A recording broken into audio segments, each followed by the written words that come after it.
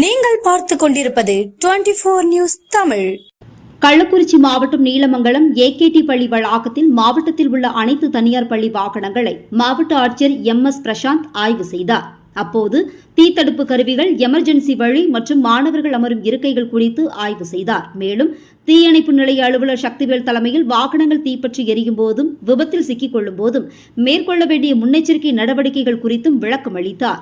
இந்நிகழ்வில் மாவட்ட காவல்துறை கண்காணிப்பாளர் தேவராஜ், வட்டார போக்குவரத்து அலுவலர் ஜெயபாஸ்கர், மோட்டார் வாகன ஆய்வாளர் மாணிக்கம் மற்றும் தனியார் பள்ளி மாவட்ட கல்வி அலுவலர் துரைராஜ் உள்ளிட்ட அலுவலர்கள் கலந்து கொண்டனர்.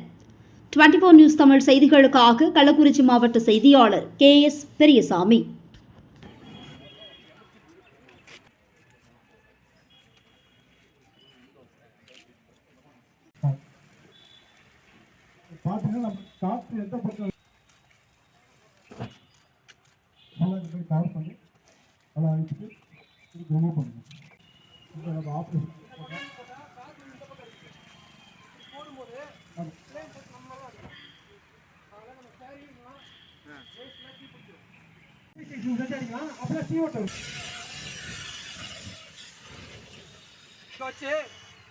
ஸ்ப்ரெட் பண்ண என்ன ஆகும்?